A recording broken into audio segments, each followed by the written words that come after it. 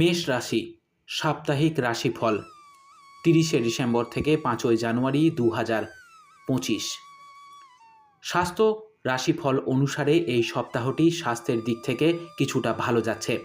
যাই হোক, এই সময়ে আপনাকে কিছু বিষয়ে বিশেষ মনোযোগ দিতে হবে। যেমন পার্কে যখনই সময় পান ব্যায়াম করুন বা যোগ ব্যায়াম করুন এবং সকাল এবং সন্ধ্যায় প্রায় 30 মিনিট নিয়মিত হাঁটুন।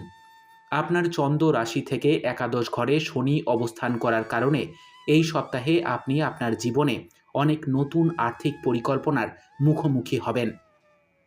এমন পরিস্থিতিতে যদি কোনো কারণে আপনাকে অর্থ সংক্রান্ত কোনো আকস্মিক সিদ্ধান্ত নিতে হয়, তবে প্রথমে এর সুবিধা এবং অসুবিধাগুলি সাবধানতার সাথে বিবেচনা করুন এবং তবেই যে কোনো সিদ্ধান্তে পৌঁছান।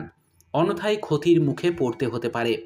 আপনি বা পরিবারের কোনো সদস্য যদি বিদেশে স্থায়ী হতে চান এবং এর জন্য কোনো জন্মকুষ্ঠিতে উপস্থিত থাকে, তবে এই সপ্তাহে আপনি এই কাজে সম্পূর্ণ সাফল্য পাবেন, কারণ এই জন্য এই সময়ে বিশেষ অনুকূল সম্ভাবনা দৃশ্যমান।